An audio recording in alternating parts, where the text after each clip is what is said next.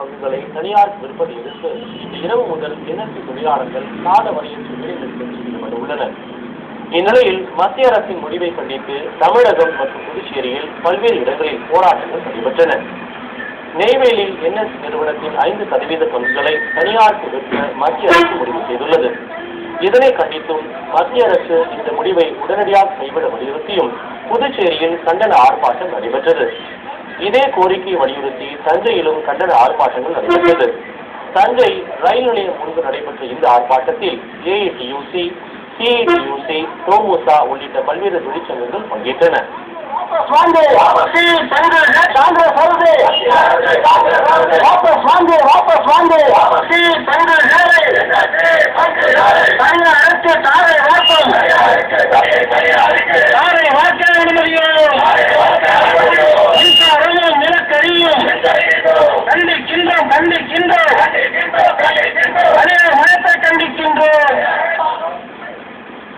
இதே கோரிக்கையை வலியுறுத்தி சென்னையிலும் பல்வேறு